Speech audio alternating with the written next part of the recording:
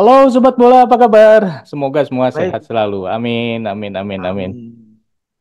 Berakhir sudah kiprah Timnas Indonesia U23 di ajang Piala Asia U23 dan juga di playoff menuju ke Olimpiade. Dan kita sudah bisa lihat hasilnya, Indonesia akhirnya gagal ke Olimpiade. Tetapi bagaimanapun, Timnas Indonesia ini sudah membuat sejarah karena pertama kali bisa tampil di Piala Asia U23, tapi juga langsung menuju ke semifinal. Eh, Betul. Ketua Umum Erick Thohir juga sudah menyampaikan terima kasih dan mengatakan bahwa ini adalah bukan akhir ya, ini bukan akhir, tetapi justru menjadi landasan untuk terbang lebih tinggi lagi. Bahkan Amin. Presiden FIFA itu juga sudah memberikan apresiasi kepada timnas Indonesia dan meminta masyarakat Indonesia untuk terus mendukung tim ini karena katanya tim ini sudah berada di jalur yang benar. Bro Ipung ada komentar. Betul. Saya setuju ya dengan statement-statement dari Pak Erick Thohir, dari Gianni Infantino, bahwa kalau kita lihat ya runtutan waktu selama 1 bulan ini, kita kan selalu mendapatkan suguhan-suguhan yang menarik dan kita juga selalu punya ingin sesuatu yang bisa dihasilkan dari penampilan timnas kita dan ekspektasi dari masyarakat sepak bola Indonesia yang ingin melihat permainan sepak bola Indonesia yang lebih baik itu akhirnya terpenuhi gitu loh. Mhm, mhm, Penuhi walaupun kita berada di grup yang neraka katakanlah ya, kita berhasil mengalahkan Yordania, mengalahkan Australia sampai kemudian keluar sebagai runner up grup, bisa juga kemudian mengalahkan Korea dan sampai ke babak semifinal. Ini adalah sebuah pencapaian yang sangat luar biasa. Dan walaupun di semifinal kita toh sebagai pemerhati dan pencinta sepak bola tentu punya keinginan ya Indonesia bisa mengalahkan Uzbekistan dan melangkah ke final. mhm, Tapi realitanya kita belum bisa mencapai itu. mhm, Walaupun di pertandingan terakhir ketika Indonesia juga masih punya harapan untuk mendapatkan tiket terakhir menuju Olimpiade Paris, ini juga akhirnya kita gagal. Tapi di luar itu semua, bahwa pencapaian yang dihasilkan oleh timnas kita kali ini memang sesuatu yang sangat-sangat luar biasa dan ini saya sangat mengapresiasi perjuangan dari pemain-pemain timnas kita, mhm. mengapresiasi juga dari PSSI, mengapresiasi dari skuad kepelatihan dan segala macam. Artinya semua elemen-elemen yang ada dalam manajemen persepak bolaan nasional itu kalau bisa bersinergi dengan baik, tentu hasilnya juga akan lebih baik gitu loh, bro. Ya, kita juga jangan lupa berterima kasih kepada klub-klub di Liga 1 ya, Bro ya. Iya, pasti. Klub-klub Yang Liga sudah 1 betul. Dan fans-fans juga itu juga punya andil terhadap pencapaian yang terjadi sekarang ini, Bro. ya, ya. Dan sebelum laga melawan Gina terakhir ini, itu Ya, STY ya. sudah bilang, waduh, kita ini tim apa lini belakangnya udah hampir roboh katanya ya. Ya, Dan kenyataannya memang begitu. ya, Ada komentar, Bro? ya tentu ya STI juga melihat ya pada kesiapan dari timnas kita di terutama di bagian belakang ya, lini Mhm, belakang. Dengan ketidakhadiran Rizky Ridho yang 2 kali hukuman untuk pertandingan karena kartu merah, kemudian Justin Hubner yang juga sudah kembali ke Osaka. mhm, Artinya ini kan sudah ada 2 pemain yang biasa menempati lini belakang yang tidak mhm, ada gitu loh. mhm, Artinya hanya meninggalkan Ferrari dengan Komang Teguh. Kalau kita lihat Komang Teguh di pertandingan ini juga ternyata Komang Teguh juga dalam kondisi tidak fit 100%. mhm, Dia harus ditarik mundur ketika lututnya juga agak bermasalah dan ini juga kan menjadi satu ganjalan juga. mhm, Walaupun sebetulnya sebelum pertandingan ini dimulai kita kan punya harapan bahwa ada pemanggilan pemain-pemain baru yang benar-benar kita inginkan gitu loh. mhm, Bahkan STY juga sangat menginginkan supaya Elkan Bagot bisa bergabung. mhm, Tapi ternyata sampai detik-detik terakhir Elkan tidak ada di lapangan artinya apakah ini karena manajemen dari Ipswich Town tidak memberikan izin atau bagaimana kita juga belum tahu mhm, pastinya. Tapi dengan kondisi yang apa adanya, akhirnya timnas kita juga bertanding dengan gini ya. Tentu dengan formasi-formasi yang boleh dibilang tambal sulam lah boleh ya, dibilang ya. mhm, Bagaimana Nathan yang kalau dia beroperasi di tengah akan memunculkan sebuah energi baru buat serangan-serangan timnas kita, akhirnya harus ditarik mundur sebagai center back gitu loh. mhm. dia menemani Ferrari dengan Komang Teguh.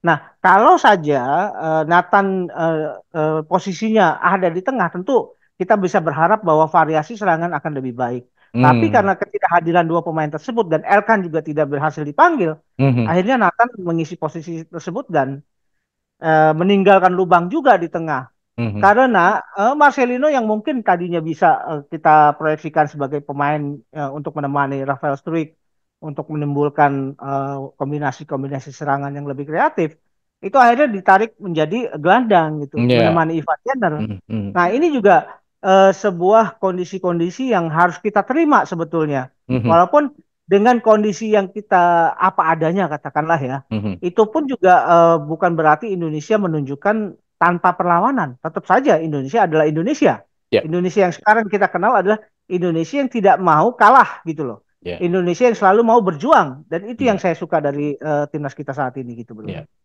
Tadi disinggung nggak soal Elkan ya, sampai STY di Mm-mm. pers conference-nya itu sampai meminta media Indonesia untuk cari tahu katanya. Ini apa ya? Apakah Nah, karena Elkan ini tidak memberi kabar atau seperti apa ya? Jangan sampailah kalau Elkan ini diramai rumah rumah dikan kayak bahaya. ya kan memang ada berbagai informasi yang berbeda ya. Kalau kita eh, lihat bahwa ternyata dari kepengurusan PSSI itu sudah mencoba menghubungi Ipswich Town, Hmm. timnya Elkan. Tapi eh, pihak klub tidak memberikan respon apapun gitu loh Hmm. terhadap Hmm. apa namanya permintaan dari Hmm. PSSI supaya Elkan bisa bergabung.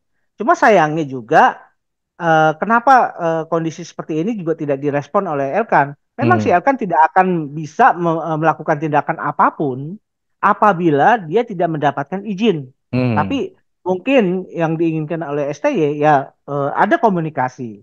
Hmm. Dia akan mungkin akan lebih bijak kalau misalkan Elkan menjelaskan kondisinya seperti apa. Hmm. Hmm. Jadi Hmm. kalau Hmm. ya itu tidak menimbulkan was-was, tidak menimbulkan apa namanya Prasangka ya. pertanyaan-pertanyaan, Ya. prasangka gitu loh, Hmm. Bro. Hmm. Nah, ini juga yang masih kita belum ketahui dengan jelas apa Hmm. apa yang terjadi dengan Ipswich Town, Hmm. dengan Elkan Bagot dan segala macam gitu loh, Bro.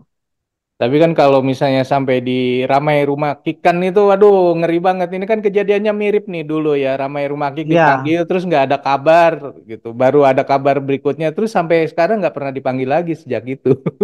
ah, betul, itu yang kita khawatirkan. Tapi kalau saya analisa ya dari Mhm. beberapa penampilan Elkan, bagaimana gestur dia ketika dipanggil ke dalam skuad timnas.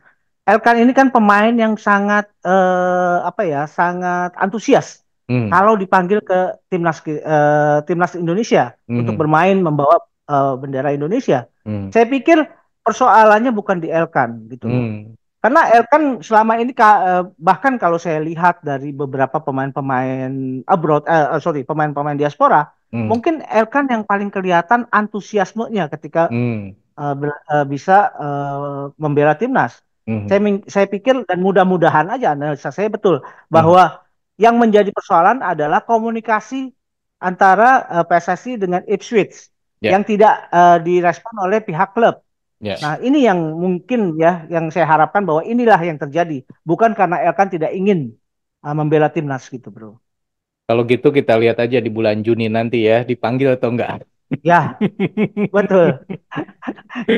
Betul, bro. Oke. Nah, bro, kemarin STY itu sampai di kartu kuning. Ini gara-gara VAR nggak ada, ternyata nggak ada VAR ini repot juga ya, bro ya. Ada VAR repot, nggak ada VAR juga repot gitu. Ya, memang kalau kita lihat dari pertandingan tersebut sampai STY itu bukan cuma kartu kuning, dia dapat kartu kuning kedua malah. Mhm. Akhirnya harus meninggalkan bench ya. Dia harus duduk di tribun penonton. Ini juga kan menunjukkan bahwa ketika terjadi scrimmage, ketika ada drama terjadi di depan gawang Indonesia, Alfianda Dewangga melakukan blocking terhadap pemain Ginia. Sebetulnya kalau kita lihat itu apa yang dilakukan Alfianda Dewangga itu tidak salah gitu loh. Hmm. Karena Hmm. bolanya karena kakinya itu yang dia sentuh adalah bola, bukan Hmm. kaki pemain Ginia. Hmm. Cuma sayangnya wasit langsung memberikan keputusan terjadinya penalti. Nah, Hmm. ini juga kan menunjukkan sisi-sisi lain bahwa kalau kondisi seperti ini rasanya kok kita butuh VAR gitu loh. Tapi ketika pertandingan melawan Qatar kemarin yang Ivar Jenner, kenapa VAR sudah ada tapi tidak dimanfaatkan? Itu kan akhirnya menimbulkan kontroversi-kontroversi sendiri. Ada VAR salah, nggak ada salah gitu. Jadi ya itulah yang dinamika permainan sepak bola sekarang gitu, bro. Hmm. Jadi ini sebenarnya Indonesia lawan Guinea ini memang beda kelas atau seperti apa ya bro ya? Karena kalau saya lihat Mm-hmm. susah sekali Indonesia pegang bola gitu. Ketika Ya, passing terus eh, hilang gitu ya. Apakah memang ya, pemain Guinea ini yang sudah tahu bahwa "Ah, ini pasti passingnya lewat sini nih, terus dia menunggu di situ gitu dan benar langsung ya. bisa diambil atau kita yang salah passing atau nggak koordinasi atau seperti apa bro? Kalau saya melihat gini, apa pelatih Kabadiawara, ini pelatih Ginia, ini sudah mempelajari betul Hmm. permainannya timnas kita. Bahwa permainan timnas kita itu akan berjalan dengan bagus Hmm. apabila kita bisa membuild up serangan. Build Hmm. up serangan itu biasanya dimulai dari kiper, Hmm. kemudian dari back, ke tengah dan sampai ke depan. Nah, sayangnya memang apa pergerakan pemain kita itu agak terbatas. Mungkin saja bahwa Ginia ini juga sudah bisa mengantisipasi pergerakan pemain timnas kita. Apalagi kalau kita melihat pada postur ya, postur pemain Ginia kan memang di atas 180 semua. Hmm. Dengan dia kalau kita perbandingkan dari sisi stamina, endurance, mungkin sama ya, level kebugaran sama timnas kita dengan Ginia. Artinya mereka mampu bermain dalam 90 menit secara konstan. Nah, tapi ada satu kelebihan Ginia yang dimanfaatkan dengan baik ketika dia bisa memanfaatkan fisik dan postur. Ketika Hmm. pemain Indonesia berebut bola dengan pemain Ginia, selalu dalam kondisi kita kalah karena mereka mampu menggunakan ototnya, mampu kuda-kuda kakinya begitu kokoh. Hmm. Itu yang membuat pemain kita kesulitan kalau berduel dengan pemain Ginia. Hmm. Selain itu, kita juga melihat pada faktor pengalaman ya. Karena pengalaman dari pemain-pemain Ginia, pemain Guinea ini 75% yang hadir di pertandingan ini adalah pemain-pemain abroad yang bermain di liga-liga luar. Nah, Hmm. ada pemain-pemain yang berasal dari Getafe, kemudian Panathinaikos, kemudian dari Lens, Prancis, dari Spanyol, Portugal, Yunani, itu bermain di laga kali ini. Faktor pengalaman dan bagaimana mereka punya pengalaman bermain dalam intensitas dan kualitas permainan yang baik, itu juga punya pengaruh terhadap bagaimana cara pemain-pemain Guinea menghadapi Indonesia. Jadi kombinasi itulah yang kemudian dimanfaatkan oleh Kabadiawara. Saya pernah memperhatikan ya Kabadiawara ketika dia masih bermain di Arsenal waktu itu di bawah Hmm. Arsene Wenger. Dia adalah pemain yang bisa bermain sebagai pemain belakang, tapi dia juga selama ini yang dia akan bagus sekali kalau dia bermain di gelandang bertahan. Ini ilmu-ilmu yang seperti inilah yang kemudian diberikan kepada pemain gini ya. Bagaimana mereka bisa merebut posisi di lini vital di lapangan Hmm. tengah. Hmm. Lapangan tengah mereka kuasain. Kemudian dengan gaya permainan yang sangat cepat, permainan juga mereka juga sangat mengandalkan postur dengan permainan-permainan bola tinggi, perebutan-perebutan bola yang selalu hampir selalu mereka menangkan. Dan ini juga menjadi semacam bukti bahwa pemain Indonesia pada level tertentu masih harus menambah pengalaman melawan tim-tim yang seperti ini gitu loh bro.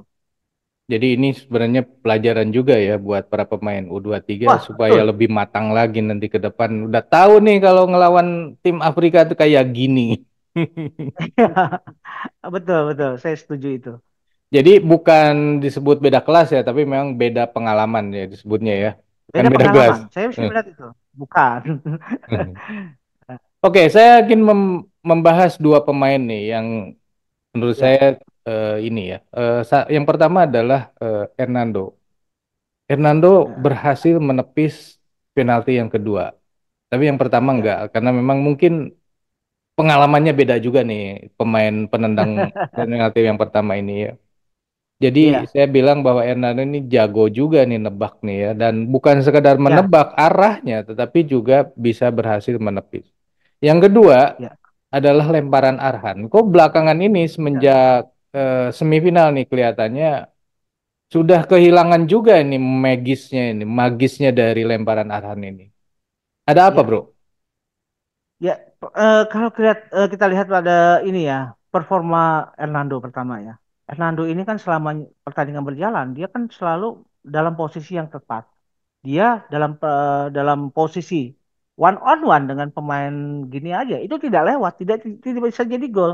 Hmm, Ini juga menjadi salah satu faktor kenapa pemain Ginia jadi agak-agak terintimidasi ya dengan hmm, permainan yang diperlihatkan oleh Hernando. Karena Hernando dalam posisi-posisi kritis dia bisa tangani dengan baik. Makanya dan Hernando ini juga pemain yang punya pengalaman untuk menghadapi penalti-penalti lawan. hmm, Ya kita lawan Korea kita menangkan melalui adu penalti gitu loh. ya, Dan hmm, di Liga Indonesia pun juga Hernando bukan sekali dua kali bisa menggagalkan penalti. Jadi hmm, Hernando ini memang tipe kiper yang punya feeling bagus ketika terjadi kondisi one on one ya, hmm, entah itu melalui penalti atau open play. Itu hmm, yang kita soroti mengenai Hernando ya. hmm, Kemudian kalau kita melihat Arhan, tentu bagaimana kiprah Arhan, aksi-aksi Arhan di lapangan itu kan sudah banyak juga dipelajari oleh tim-tim yang akan dihadapi oleh timnas kita. Tentu hmm, mereka juga mempelajari bagaimana cara kemudian mereduksi apa yang bisa dilakukan oleh Arhan, apa yang mungkin terjadi, apakah ini akan menjadi sebuah ancaman bahaya. Dan tentu kalau kita melihat selama ini kan selalu lemparan Arhan itu selalu menimbulkan posisi-posisi yang berbahaya buat gawang lawan. Nah, sayangnya di pertandingan kali ini sepertinya Arhan luncuran bolanya terlalu parabol saya lihat. Terlalu hmm, mengarah begitu ya. Jadi lebih lebih mudah untuk kiper maupun pemain belakang untuk mengantisipasi. hmm, Berbeda ketika di Piala Asia, luncuran bola Arhan begitu deras, dia meluncur seperti peluru ya. hmm, Begini, apa artinya parabolanya tidak terlalu ini ya, terlalu lengkung lah. hmm, Sehingga ini juga efeknya akan berbeda. Walaupun kalau kita amati ya memang lebih banyak seperti itu. Tapi ketika Arhan mampu melempar bola secara lebih luncurannya lebih keras, hmm, itu potensi bahaya ada, hmm. gitu bro. Itu artinya udah capek ya, bro ya? Ya, pastilah. Saya juga bingung itu bagaimana cara yang bisa ngelempar sampai sejauh itu dan keras gitu loh. Itu Oke, ramuannya bro. saya bingung gitu. Sekarang kita lihat nih Eh, dari serangkaian di Piala Asia kemarin ya. ah, Ada nggak ya, laga yang permainan Indonesia ini terbaik? Kalau menurut saya ya itu lawan Yordania. Setuju nggak? setuju, setuju. Karena memang ketika melawan Yordania itu kan semua potensi pemain artinya terlepas dari banyaknya gol yang bisa diciptakan, tapi Hmm, proses ya. Proses terjadinya gol ini begitu-begitu cantik ya. Ketika hmm, semua pemain bermain begitu cair, artinya seluruh pemain juga menjadi pemain-pemain yang oportunis, hmm, pemain yang bisa mengendus ya, mengendus posisi-posisi yang ditinggalkan oleh lawan, hmm, yang kemudian mereka bisa eksploitasi. Nah, ini terlihat sekali bahwa ketika melawan Yordania, itu permainan Indonesia mungkin itu adalah permainan terbaik sepak bola Indonesia selama ini yang beberapa tahun dipegang STY mungkin itu adalah permainan yang terbaik kalau hmm, menurut saya ya. hmm. Nah, cuma kan masalahnya eh, kalau saja Indonesia bisa konsisten Seperti itu. mempertahankan permainan seperti itu, ya tentu hasilnya akan berbeda. Hmm, Tentu, yang menjadi masalah adalah menjadi PR buat STY dan tim kepelatihan. Bagaimana memunculkan konsistensi penampilan seperti apa yang ya. dilakukan ketika melawan Palestina. Walaupun kita juga melihat ketika melawan Korea juga kan sudah mulai apa ada perimbangan ya. Ketika Hmm, Indonesia juga bisa mengatasi permainan-permainan cepat dari Korea Selatan bahkan ya. menang dengan adu penalti itu juga kan sebetulnya kalau kita melihat itu ada konsistensi yang bisa terjaga gitu Hmm, loh. hmm, Nah, sayangnya ketika Indonesia melangkah di semifinal, itu konsistensi itu tidak bisa dipertahankan. Ada kemungkinan Uzbekistan dan calon-calon tim lawan Indonesia itu sudah mempelajari betul bagaimana permainan Indonesia. Dan hmm, satu hal juga yang kita lihat dari skuad yang terjadi yang ada di saat ini di U23 hmm, adalah kedalaman skuad. Ini yang Hmm. benar-benar jadi masalah selama Hmm. ini ya. Itu kelihatan sekali. Kalau pemain-pemain seperti Rafael Struik tidak hadir, Rizky Ridho tidak hadir, Nathan Chuaon tidak hadir, itu pasti ada masalah gitu loh. Ya. Marcelino juga tidak hadir, itu juga akan menjadi problem karena ternyata pemain-pemain yang menjadi pelapis itu belum bisa menyatu dengan gaya permainan dari pemain yang line up gitu. Hmm. Ini saya sangat disayangkan. Jadi kalau misalkan STY juga beberapa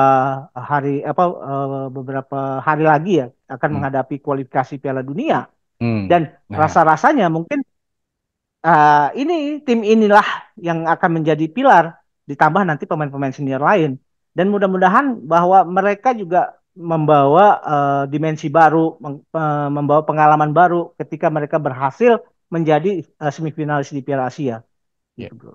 Wah, saya udah nggak sabar sebenarnya untuk ngelihat nanti di bulan Juli akan Juni ya melawan Irak dan Filipina ini Juni. akan kayak gimana. Tapi kita bahas nanti lah itu.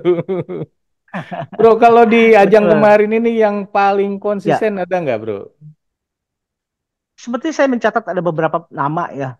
Seperti contoh kalau di kiper ya sudah pasti Hernando Ari itu adalah pilihan yang paling betul lah. Dan Hmm. memang dia secara konsisten juga bisa mempertahankan performanya. Kemudian Rizky Ridho itu juga pemain yang konsisten juga di lapangan belakang kita. Kemudian Marcelino yang bisa mencuri perhatian dari banyak pemerhati sepak bola dunia. Hmm. Bahkan Marcelino inilah yang boleh dibilang sering menjadi bahan pembicaraan dari pelatih-pelatih kelas dunia.